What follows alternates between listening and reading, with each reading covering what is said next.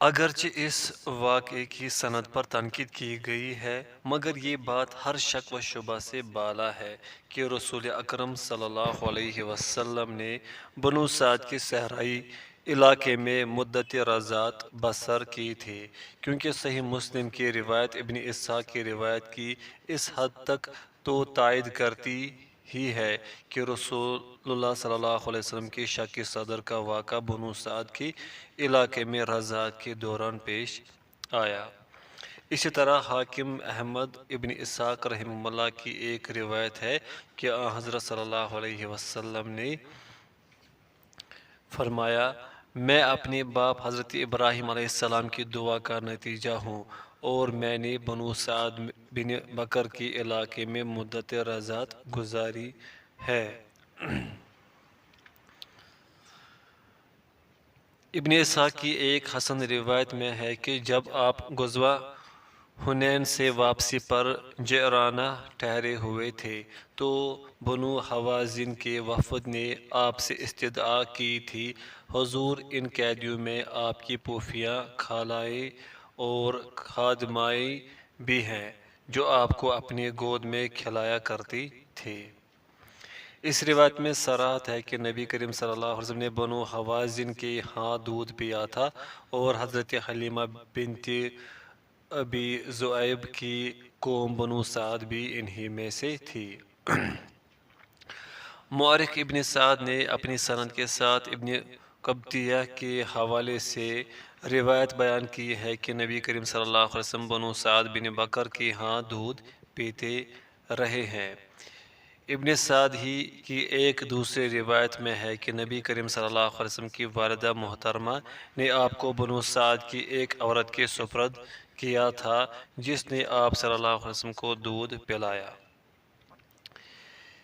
ان کے علاوہ ایسی روایات بھی موجود ہیں جو بتاتی ہیں کہ آپ صلی اللہ علیہ وسلم کے رضاعی ماں باپ آپ کے پاس آئے تھے، اور آپ نے اپنی رضاعی بہن شیمہ کو پہچان لیا تھا جو غزوہ حنین کے قیدیوں میں آئی تھی۔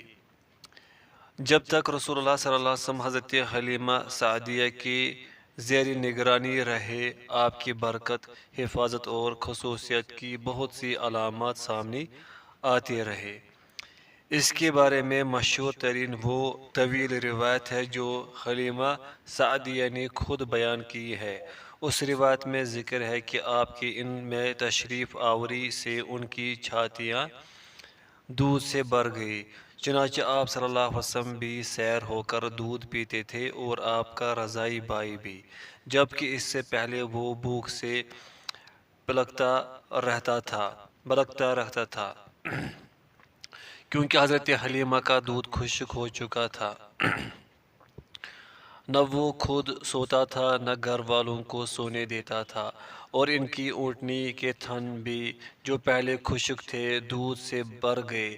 سارا گھر خوب دودھ پیتا تھا۔ سواری والی گدھی بھی بہت قوی اور چست ہو گئی، وہ پورے قافلے سے آگے آگے چلنے لگی، جبکہ پہلے وہ تھکی ماندی پورے قافلے سے بہت پیچھے رہ جاتی تھی۔ پھر جہاں حلیمہ کے جانور چرنے جاتے وہاں انہیں چرنے کو خوب سبزہ ملتا، جبکہ دوسرے لوگوں کے جانور خالی پیٹ واپس آتے۔ آپ صلی اللہ علیہ وسلم عام بچوں کے برعکس تیزی سے نشوونما پا کر بڑھ رہے تھے۔ دیہات میں دودھ پلانے کی حکمت۔ شہر میں رہنے والے عربوں کی عادت تھی کہ وہ اپنے بچوں کو دودھ پلوانے کے لیے دیہات میں بھیج دیتے تھے تاکہ وہ شہری بیماریوں سے محفوظ رہے، ان کے جسم مضبوط ہو جائے اور وہ بچپن ہی سے اپنے آپ پر اعتماد کرنے کے عادی ہو جائے، ماؤں، نانیوں، دادیوں اور دوسرے رشتہ داروں کے لاڑ پیار سے بچے رہیں اور ان کی زبان لہجے کی خرابیوں اور غلطیوں سے محفوظ رہے۔ بادیہ بنی سعد میں رضاعت اور واقعہ شک صدر۔ بنو سعد کے علاقے میں پرورش کے دوران میں رسول اللہ صلی اللہ علیہ وسلم کے شک صدر کا واقعہ پیش آیا۔ حافظ ابن کثیر نے ابو نعیم کی روایت سے اس کی صراحت خود نبی اکرم صلی اللہ علیہ وسلم کی زبانی یوں کی ہے: میری پرورش کرنے والی رضائی ماں بنو سعد بن بکر سے تھی۔ ایک دفعہ میں اور میرا رضائی بھائی بکریاں لے کر گئے، لیکن کھانے پینے کی کوئی چیز ساتھ لے کر نہ گئے۔ میں نے کہا، بھائی تم جاؤ اور امی جان سے کھانے پینے کی کوئی چیز لے آؤ۔ میرا بھائی چلا گیا، میں بکریوں کے پاس ٹھہرا رہا۔ اچانک دو سفید پرندے اڑتے نظر آئے۔ ان کی شکل گدھ جیسی تھی۔ وہ سیدھے میری طرف آئے۔ ایک نے دوسرے سے کہا، کیا یہ وہی ہے؟ دوسرے نے کہا، ہاں۔ انہوں نے مجھے پکڑا اور چت لٹا دیا، پھر میرا پیٹ چیرا اور دل نکالا، اسے بھی چیرا دیا اور سیاہ رنگ کے دو ٹکڑے نکال کر پھینک دیے۔ پھر ایک دوسرے سے کہنے لگا، برف کا پانی لاؤ۔ وہ پانی لایا تو انہوں نے اس سے میرا پیٹ دھویا۔ پھر ایک نے کہا، اولوں کا پانی لاؤ۔ پھر انہوں نے اس پانی سے میرا دل دھویا۔ پھر اس نے کہا، سکینت لاؤ، اور اس سے میرے دل میں چھڑک دیا۔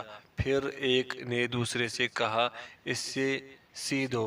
اس نے میرا پیٹ سی دیا اور میرے دل پر مہر نبوت لگا دی۔ پھر ایک دوسرے سے کہنے لگا، اسے ترازو کے ایک پلڑے میں ڈالو اور دوسرے پلڑے میں اس کی امت کے 1000 افراد ڈالو۔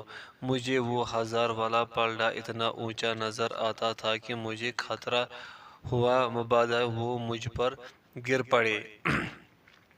وہ کہنے لگا، اگر تم ساری امت کو بھی اس کے برابر تولو گے تو یہ سب سے وزنی ثابت ہوگا۔ پھر وہ مجھے چھوڑ کر چل دیے۔ میں سخت گھبرا گیا اور اپنی امی کے پاس پہنچا، انہیں سارا واقعہ سنایا۔ وہ گھبرا گئی، مبادا یہ کوئی شیطانی کارروائی ہو۔ کہنے لگی، میں تجھے اللہ تعالیٰ کی پناہ میں دیتی ہوں۔ پھر انہوں نے اونٹ پر پالان کسا، مجھے اپنی گود میں پالان پر بٹھایا اور ہم چل دیے حتیٰ کہ ہم اپنی حقیقی والدہ کے پاس پہنچ گئے۔ میری رضائی ماں کہنے لگی، لیجئے اپنی امانت۔ میں نے اپنی ذمہ داری پوری کی۔ پھر انہوں نے مجھ پر بیتنے والا سارا واقعہ سنایا، لیکن میری والدہ مطلق پریشان نہ ہوئی بلکہ کہنے لگی، جب یہ میرے پیٹ میں تھا تو میں نے خواب میں دیکھا تھا کہ مجھ سے ایک نور نکلا ہے جس سے شام کے محل چمک اٹھے۔ امام مسلم نے یہ واقعہ اختصار سے نقل کیا ہے، انہوں نے اس واقعے کا ماخذ بھی نہیں بتایا۔ یہ واقعہ حضرت انس رضی اللہ عنہ کے حوالے سے صحیح مسلم میں اس طرح ہے: اللہ کے رسول صلی اللہ علیہ وسلم کے پاس حضرت جبریل علیہ السلام آئے۔ اس وقت آپ بچوں کے ساتھ کھیل رہے تھے۔ انہوں نے آپ کو پکڑا اور زمین پر لٹا لیا، پھر سینہ چاک کر کے آپ کا دل نکالا، دل چیر کر اس میں سے ایک ٹکڑا نکالا اور کہا، یہ رہا شیطان کا حصہ۔ پھر دل کو سونے کے ایک تھال میں رکھ کر زمزم کے پانی سے دھویا، پھر اسے سی کر دوبارہ اس کی اصل جگہ رکھ دیا۔ دوسرے بچے بھاگتے ہوئے آپ صلی اللہ علیہ وسلم کی رضائی ماں کے پاس گئے اور شور مچانے لگے کہ محمد کو قتل کر دیا گیا۔ گھر والے بھاگتے ہوئے آئے تو آپ صلی اللہ علیہ وسلم ان کے سامنے سے آتے دکھائی دے۔ آپ کا رنگ اڑا ہوا تھا۔ حضرت انس نے فرمایا، میں سلائی کے نشانات آپ کے سینہ مبارک پر دیکھا کرتا تھا۔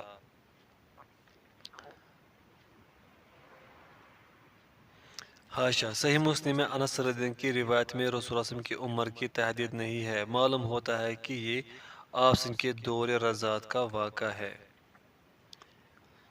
حاشا مکمل ہوا۔ کچھ کتابوں میں یہ تعین نہیں کیا گیا کہ اس واقعے کے وقت آپ کی عمر کتنی تھی۔ بعض حضرات نے تحدید کی ہے مگر کسی معین عمر پر اتفاق نہیں ہو سکا۔ ابن اسحاق کی روایت سے معلوم ہوتا ہے کہ اس وقت آپ کی عمر 2 سال سے کچھ اوپر تھی، کیونکہ حضرت حلیمہ کہتی ہیں، ابھی محمد صلی اللہ علیہ وسلم 2 سال کی عمر کو نہیں پہنچا تھا کہ اس کا جسم لڑکوں کی طرح تنومند ہو چکا تھا۔ اللہ کی قسم، اسے اس کی ماں کے ہاتھ سے دوبارہ لانے کی چند ماہ بعد ہی کی بات ہے کہ وہ اپنی رضائی بائی کے ساتھ ہمارے گھروں کی پچھواڑی ہماری بکریوں کے پاس تھا، لیکن ابن سعد کی روایت سے معلوم ہوتا ہے کہ اس واقعے کے پیش آنے پر آپ کی عمر 4 سال تھی۔ ابو نعیم نے بھی یہی بات کہی ہے، البتہ ان کی سند ضعیف ہے۔ دیگر سیرت نگاروں نے اسے 5ویں سال بلکہ اس سے بھی بعد کا واقعہ بتایا ہے۔ ہم زرقانی کی بات سے متفق ہیں اور ابن سعد کی روایت کو ترجیح دیتے ہیں کہ یہ 4 سال کی عمر کا واقعہ ہے، کیونکہ کم از کم اسی عمر میں بکریاں چرانے کا کام کیا جا سکتا ہے اور ارد گرد کے واقعات کو سمجھا جا سکتا ہے۔ رسول اللہ صلی اللہ علیہ وسلم کو اس کے علاوہ بھی کئی دفعہ شک صدر کا واقعہ پیش آیا۔ امام احمد کے روایت کے مطابق شک صدر کا واقعہ اس وقت بھی پیش آیا جب آپ کی عمر 10 سال سے چند ماہ اوپر تھی۔ صحیح بخاری، صحیح مسلم وغیرہ کی صحیح روایت میں ہے کہ شک صدر کا واقعہ اس وقت بھی پیش آیا جب آپ صلی اللہ علیہ وسلم کی عمر مبارک 50 سال سے تجاوز کر چکی تھی، جبکہ آپ کو بیت المقدس لے جایا گیا۔ امام ذہبی نے ایسی روایت بیان کی ہے جن سے معلوم ہوتا ہے کہ شک صدر 2 دفعہ ہوا، بچپن میں اور معراج کے وقت۔ بعض مورخین نے اس واقعے کا صدور 4تھی مرتبہ بھی بیان کیا ہے۔ بعض اقلیت پرست مستشرقین اور ان سے مرعوب مسلمان مورخین نے شک صدر کے واقعے کی تعویل کی ہے کہ یہ معنوی چیز تھی اور حقیقت سے اس کا کوئی تعلق نہیں تھا۔ بعض نے تو اسے محض ایک کہانی قرار دیا ہے۔ واقعہ شک صدر کے سلسلے میں خوبصورت اور مختصر ترین بات حافظ ابن حجر رحمہ اللہ کی ہے۔ لکھتے ہیں، سینہ چیرنے، دل کے نکالنے اور دوسرے خر کے عادت واقعات کے بارے میں جو تفصیلات روایات میں موجود ہیں ان کو حقیقت واقعی تسلیم کرنا ضروری ہے۔ ان کی دوراز کار تعویلات کی کوئی ضرورت نہیں، کیونکہ معجزات اللہ تعالیٰ کی قدرت کے تحت ظہور پذیر ہوتے ہیں اور ما فوق الفطرت معجزے کا ظاہر کرنا اللہ تعالیٰ کے لیے محال نہیں ہے۔ ہر مسلمان کو یہ معلوم ہونا چاہیے کہ کسی روایت کی قبولیت کا معیار اس کا صحیح سند کے ساتھ ثبوت ہے۔ اگر کوئی واقعہ صحیح سند سے ثابت ہے تو اس کی غیر حقیقی تعویل کا کوئی فائدہ نہیں، جیسے کہ اقلیت پرست مستشرقین حقائق کا انکار کر کے ان کی کبھی عقلی تعویلیں کرتے ہیں۔ شک صدر اور بچپن میں بکریاں چرانے کی حکمت۔ یہ واقعہ محمد صلی اللہ علیہ وسلم کی رسالت کا اظہار تھا اور اس کا مقصد آپ صلی اللہ علیہ وسلم کو بچپن ہی سے معصوم بنانا اور وحی کا بار اٹھانے کے لیے تیار کرنا تھا۔ اسے مادی صورت میں اس لیے ظاہر کیا گیا کہ لوگوں کے لیے آپ پر ایمان لانا اور آپ صلی اللہ علیہ وسلم کی رسالت کی تصدیق کرنا آسان ہو جائے اور اللہ تعالیٰ کا یہ اعلان لوگوں کی آنکھوں اور کانوں تک پہنچ جائے۔ رسول اللہ صلی اللہ علیہ وسلم کو اللہ تعالیٰ کی طرف سے وحی کا بار اٹھانے کے لیے تیار کیا جا رہا تھا۔ اللہ تعالیٰ نے یہ ذمہ داری اٹھائی کہ وہ اپنے رسول کو انسان کی طبعی اغلاط سے پاک کرے گا اور شیطان کی ریشہ دوانیوں سے اس کی حفاظت کرے گا۔ واقع شک صدر کا ایک مقصد اس ذمہ داری اور عہد کا اظہار بھی تھا۔ امام بخاری رحمہ اللہ نے بسند حضرت ابو ہریرہ رضی اللہ عنہ روایت کیا ہے کہ رسول اللہ صلی اللہ علیہ وسلم نے فرمایا، جو بھی نبی ہو گزرا ہے اس نے بکریاں چرائی ہے۔ صحابہ کرام رضی اللہ عنہم نے پوچھا، جناب رسول آپ نے بھی؟ فرمایا، ہاں میں اجرت لے کر اہل مکہ کی بکریاں چرایا کرتا تھا۔ صحیح بخاری اور صحیح مسلم میں حضرت جابر رضی اللہ عنہ سے روایت ہے کہ رسول اللہ صلی اللہ علیہ وسلم نے بکریاں چرائی ہیں۔ حافظ ابن حجر رحمہ اللہ لکھتے ہیں اہل علم نے کہا ہے کہ نبوت سے قبل انبیاء کرام کے دلوں میں بکریاں چرانے کا شوق پیدا کرنے کی حکمت یہ ہے کہ بکریاں چرانے سے ان کو اپنی امت کو سدھارنے کا فریضہ انجام دینے کی مشق ہو جائے، کیونکہ یہ ایسا کام ہے جس سے ان میں حلم و شفقت کے جذبات پیدا ہوں گے۔ بکریاں چرانے میں بڑا صبر کرنا پڑتا ہے، مثلا ان کو چراگاہ میں ان کے ادھر ادھر بکھر جانے کے بعد ان کو اکٹھا کرنا، ایک چراگاہ سے دوسری چراگاہ میں لے جانا، درندوں اور چوروں سے ان کی حفاظت کرنا، ان کی مختلف طبیعتوں کو سمجھنا، ان کا گھڑی گھڑی بکھر جانا، ان کی فطری کمزوری کی بنا پر ان کا بہت خیال رکھنا، یہ سب ایسے کام ہیں کہ ان کی وجہ سے انبیاء علیہ السلام کو اپنی امت کی تربیت و رہنمائی کے معاملے میں صبر کرنا آسان ہو جاتا ہے۔ نبی کریم صلی اللہ علیہ وسلم کا خود اپنی ہی زبان مبارک سے بکریاں چرانے کا تذکرہ کرنا اس حقیقت کی بڑی مستند پہچان ہے کہ آپ انتہائی متواضع اور احسان شناس شخصیت تھے۔ اللہ تعالیٰ نے آپ کو تمام انسانوں میں سب سے بڑھ کر معظم و مشرف بنایا تھا، لیکن پھر بھی آپ کی ذات گرامی میں بے حد انکسار تھا۔ آپ کے بکریاں چرانے سے ہمیں آپ کے ذوق سلیم اور احساسی ذمہ داری کا اندازہ ہوتا ہے، جن سے اللہ تعالیٰ نے آپ کو متصف فرمایا تھا کہ جو ہی آپ کو اندازہ ہوا کہ میں کچھ کام کرنے کے قابل ہو گیا ہوں، آپ نے اپنے چاچا محترم سے ان کا بوجھ بٹانے کے لیے خود کام کاج شروع کر دیا۔ آپ صلی اللہ علیہ وسلم کے چاچا محترم عیالدار شخص تھے، تاہم انہوں نے آپ صلی اللہ علیہ وسلم کے لیے زندگی کے بہترین وسائل مہیا کر رکھے تھے۔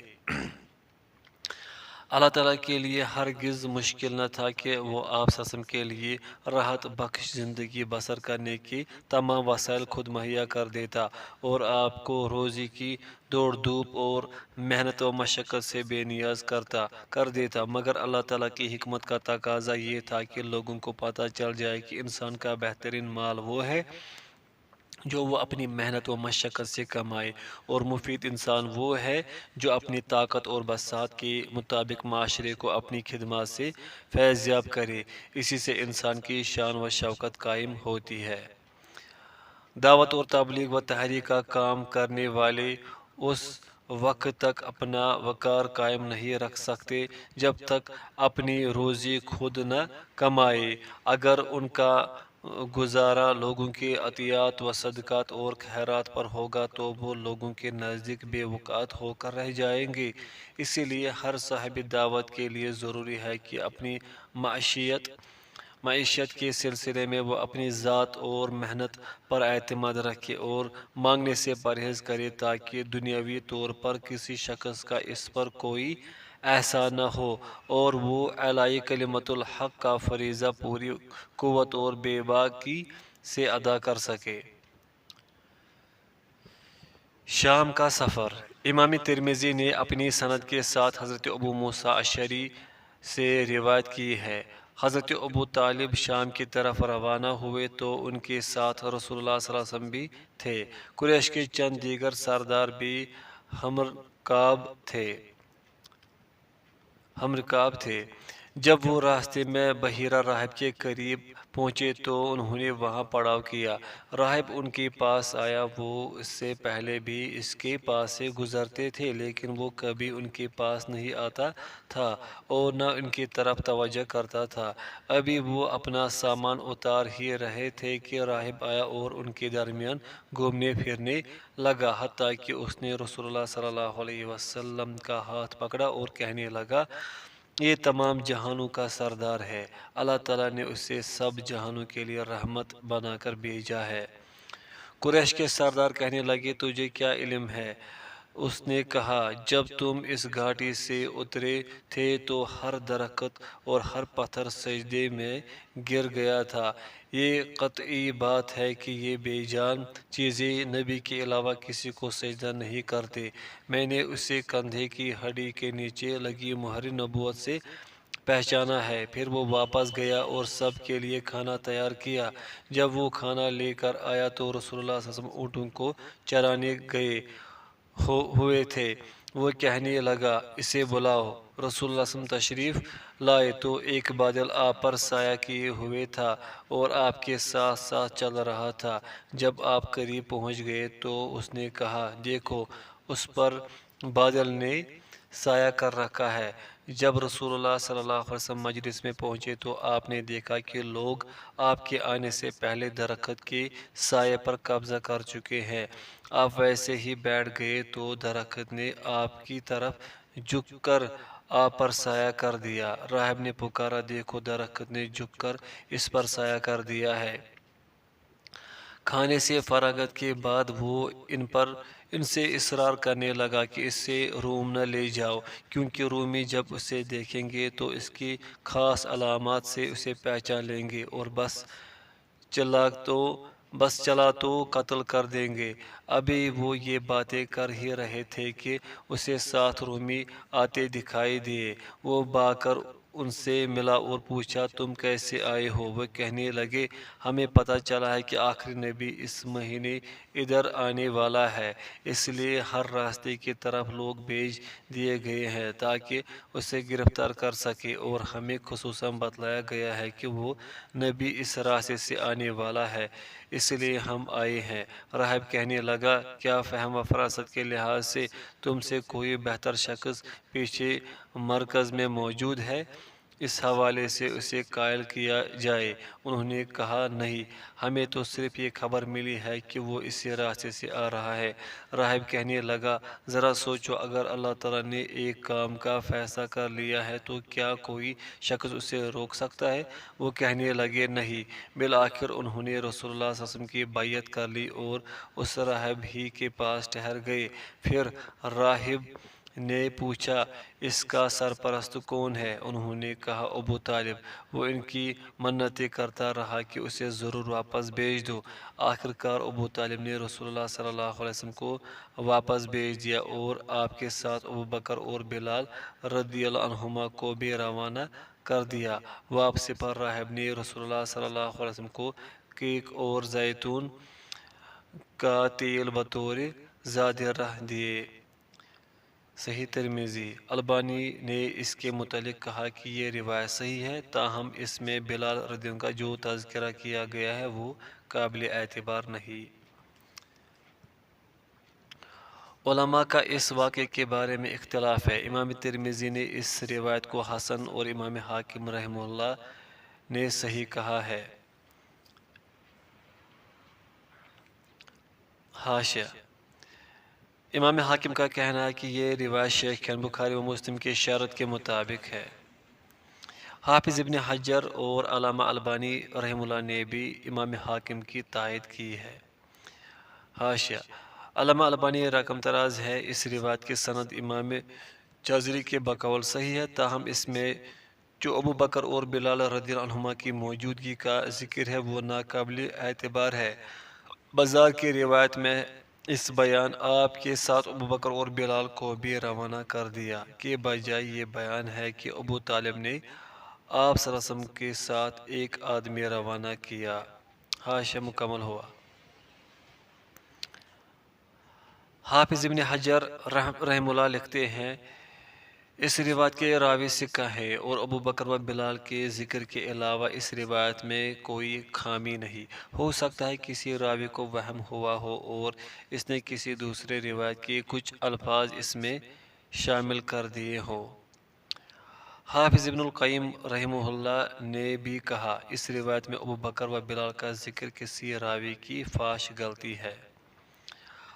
حافظ ذہبی نے اس واقعے کا سرے سے انکار کر دیا ہے۔ اس کی وجوہات بیان کرتے ہوئے وہ کہتے ہیں یہ حدیث انتہائی ضعیف ہے۔ ابو بکر وہاں کہاں تھے؟ وہ تو بمشکل 10 سال کے ہوں گے، کیونکہ وہ رسول اللہ صلی اللہ علیہ وسلم سے 2.5 سال چھوٹے تھے۔ پھر بلال اس وقت کہاں سے آ گئے؟ ان کو تو حضرت ابوبکر نے خریدا ہی بعثت کے بعد ہے، بلکہ وہ تو اس وقت پیدا بھی نہیں ہوئے تھے۔ پھر اگر بادل آپ کے سر پر سایہ کرتا آ رہا تھا تو درخت کے جھکنے اور سایہ کرنے کا کیا مطلب ہے؟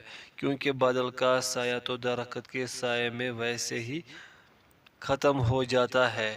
پھر یہ بات کسی روایت میں نہیں کہ رسول اللہ صلی اللہ علیہ وسلم نے کبھی ابو طالب کو راہب کی بات یاد دلائی ہو، نہ کبھی قریش نے اس واقعے کا ذکر کیا اور نہ ان قریشی افراد میں سے کسی نے بیان کیا، حالانکہ وہ اس قسم کے واقعات نقل کرنے میں بڑے تیز اور پرجوش تھے۔ اگر کوئی ایسا واقعہ پیش آیا ہوتا تو لازماً ہر طرف مشہور ہو جاتا اور اللہ کے رسول صلی اللہ علیہ وسلم کو اپنے نبی ہونے کا یقین رہتا، اور جب پہلی دفعہ آپ صلی اللہ علیہ وسلم غار حرا میں وحی آئی تو آپ قطعاً پریشان نہ ہوتے اور ڈرتے ڈرتے حضرت خدیجہ رضی اللہ عنہ کے پاس نہ آتے۔ اس کے علاوہ اگر ابو طالب نے راہب کی باتوں سے ڈر کر آپ کو واپس کر دیا ہوتا تو وہ دوبارہ آپ سب کو خدیجہ کا مال لے کر تجارت کے لیے شام کی طرف کیوں جانے دیتے؟ اس حدیث کی زبان بھی عجیب سی ہے، جو صوفیہ کی زبان اور انہی کی اصطلاحات سے ملتی جلتی ہے۔ ابن عائض نے اسی قسم کی روایت اپنی مغازی میں ابوبکر اور بلال کے ذکر کے بغیر بیان کی ہے۔ مورخ ابن اسحاق نے بھی یہ واقعہ ترمذی ہی کی روایت کی طرح بیان کیا ہے، لیکن اس میں بھی ابوبکر اور بلال کا ذکر نہیں، البتہ انہوں نے سند بیان نہیں کی، لیکن چونکہ وہ امام مغازی ہیں ان کی روایت کو مانا جا سکتا ہے۔ ویسے بھی ان کی غیر مستند روایات کی کوئی نہ کوئی اصل ضرور ہوتی ہے۔ اموی نے مغازی میں بیان کیا ہے کہ رسول اللہ صلی اللہ علیہ وسلم نے اپنے چاچا زبیر بن عبد المطلب کے ساتھ یمن کی طرف ایک تجارتی سفر کیا تھا۔ اس وقت آپ صلی اللہ علیہ وسلم کی عمر 13-14 سال تھی۔ قافلے والوں نے بیان کیا کہ انہوں نے اس سفر میں کئی غیر معمولی نشانیاں دیکھی، مثلاً جس راستے سے وہ گزر رہے تھے وہ راستہ ایک خوفناک اونٹ سے بند کر رکھا تھا، لیکن جو ہی اس اونٹ نے رسول اللہ صلی اللہ علیہ وسلم کو دیکھا وہ فوراً بیٹھ گیا اور ادب و عاجزی کے ساتھ اپنا سینہ زمین پر رگڑنے لگا۔ رسول اللہ صلی اللہ علیہ وسلم اس پر سوار ہو گئے۔ اسی طرح ایک دفعہ راستے میں شدید سیلاب سے سابقہ پیش آیا تو اللہ تعالیٰ نے سارا پانی خشک کر دیا اور وہ وادی سے صحیح سلامت گزر گئے۔ حاشیہ: ابن کثیر نے یہ روایت سعید بن یحییٰ اموی کے حوالے سے نقل کی ہے۔ اس کی سند میں ایک راوی عثمان وقاصی ضعیف ہے، یوں بھی یہ سند مرسل ہے اور ابن المسیب تک پہنچ کر موقوف ہو جاتی ہے۔ حاشیہ مکمل ہوا۔ اگرچہ اس